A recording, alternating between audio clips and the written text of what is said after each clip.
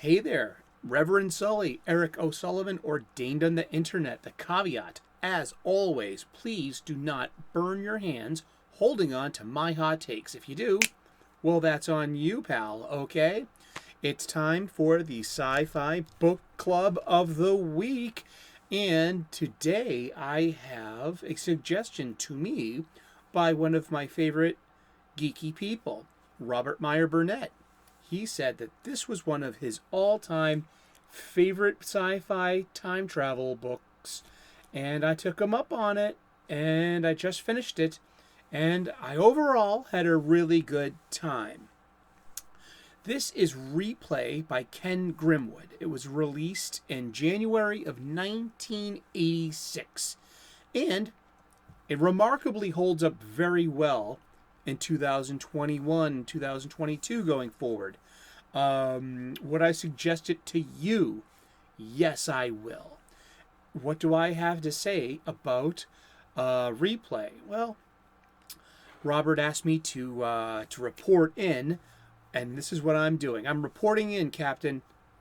Phasers to stun, and yellow alert, and shields up.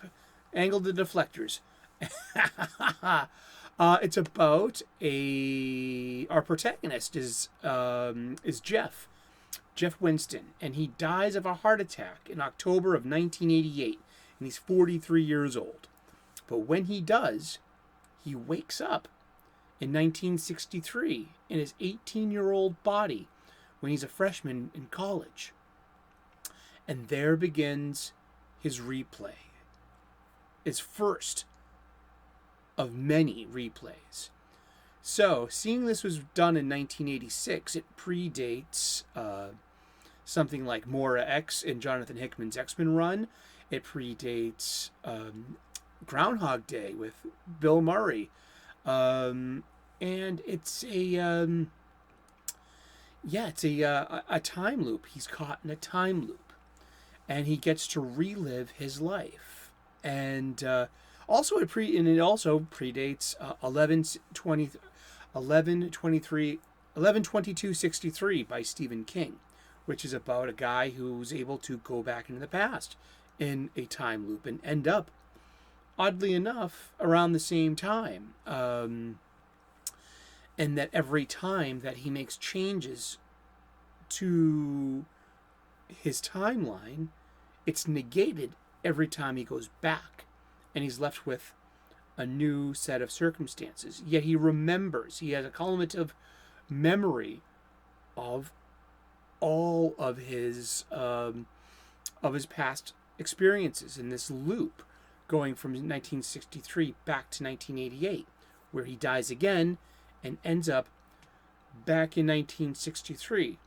And then it starts shifting up, as in like one of those golden spirals. There's he ends up in 65, and then in 67, and then in 72 or so, up until, I don't want to spoil the end for you, but on the second replay, he notices something completely different than what he's experienced before. There is a movie in 1974 called Starsea that's directed by Steven Spielberg.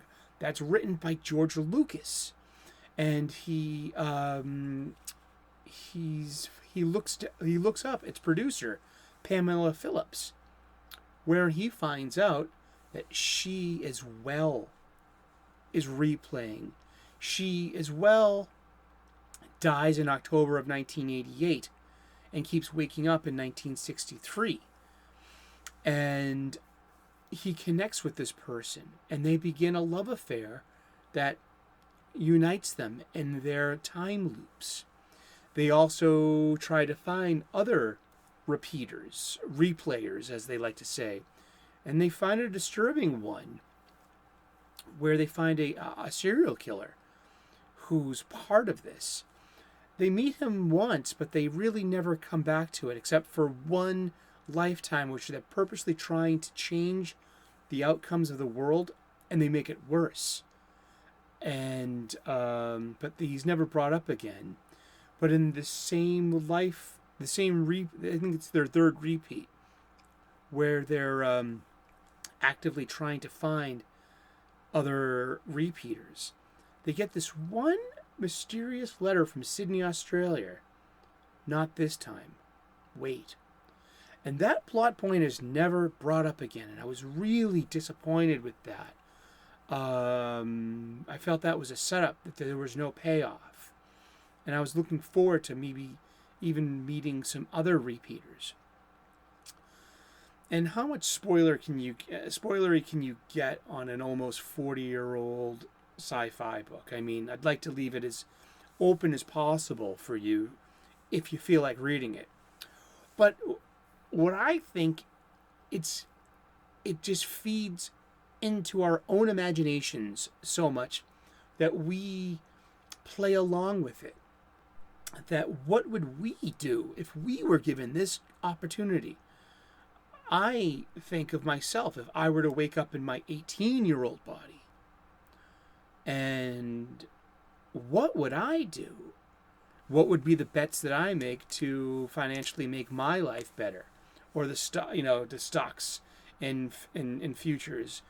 I would definitely invest in YouTube and in Google and in Apple, and definitely bet on some World Series to make my life a bit more financially comfortable for myself and my parents. And I would definitely value the times I have with my grandparents and with everyone. And what would I do when faced with the relationships that I've had? None of them have worked out for me personally. I didn't have any kids, and I'm not married.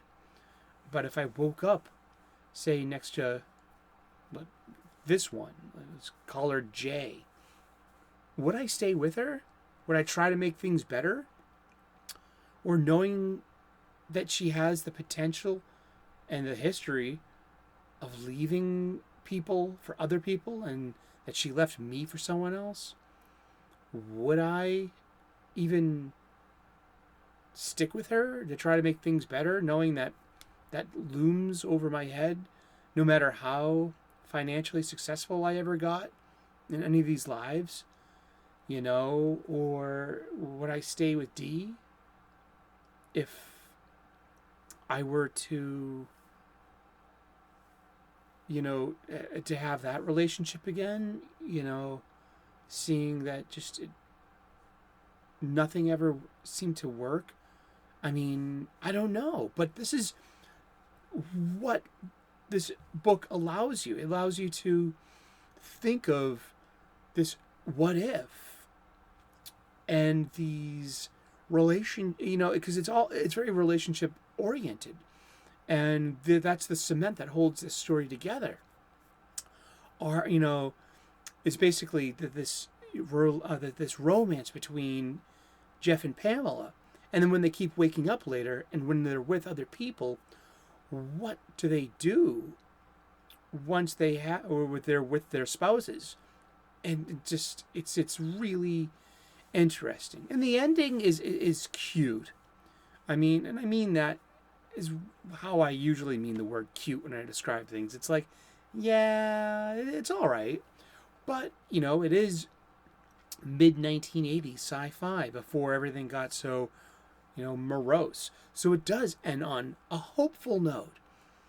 And it makes us, value our choices in our life. And, every day, just let's enjoy life and what this next day has to offer us. So overall, I did enjoy this. I was disappointed with the setup and payoffs. I honestly thought that the serial killer character would have, knowing the identities of our protagonists, would have done something horrific to specifically the female character, because that's what he did was, he victimized women. I thought he would have gotten revenge on our Jeff character and set up, but that's a Stephen King book, not a Ken Grimwood book. And ironically, that Ken Grimwood was working on a sequel when he died of a heart attack in 2003. That was of how his protagonists died and ended up waking up in their repeats, in their replays. And then, but the ending seemed like, well, it could have been ripped off by the BBC's Life on Mars, specifically Ashes to Ashes. That ending, if I won't spoil it for you, but the epilogue had the same impact of, the guy storming into the office saying, "Where's my iPhone?" But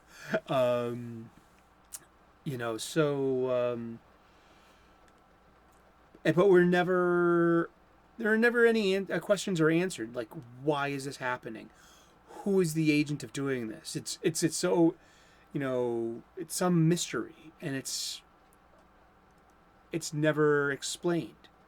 There is no credence given to our crazy serial killer about his claim of who is the agent of doing the time loops, and it's left a mystery. It doesn't affect the overall enjoyment of what's given as the story.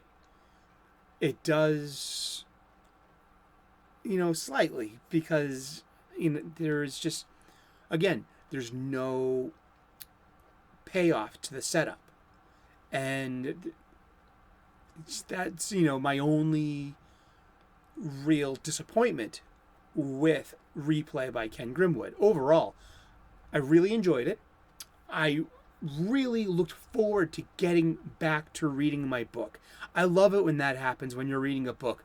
When you're at work, you're thinking about the book, you're thinking about what you're reading, and you're really looking forward to getting back into the world that we're given in the fiction and in the story.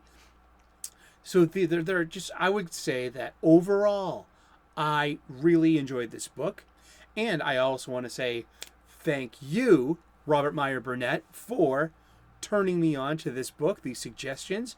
I'll gladly take any suggestions that you give me and throw it on the stack. And so what do you think? If you like this kind of content, well, give me a thumbs up. If you didn't, well, give me a thumbs down. I'm a big lad. I can handle it. Leave a comment in the comment section.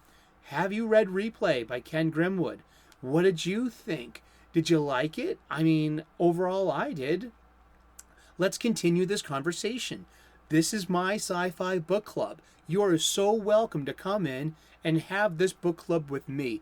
And we can share this book club together. You're included. You're wanted. Come on in. And let's read a book together. Also, give me a subscribe if you could be so kind. I make spiritual content. I'm an ordained minister, an amateur theologian. I do a Sunday sermon where I speak from the pulpit. I say, let's get spiritual and let's have it.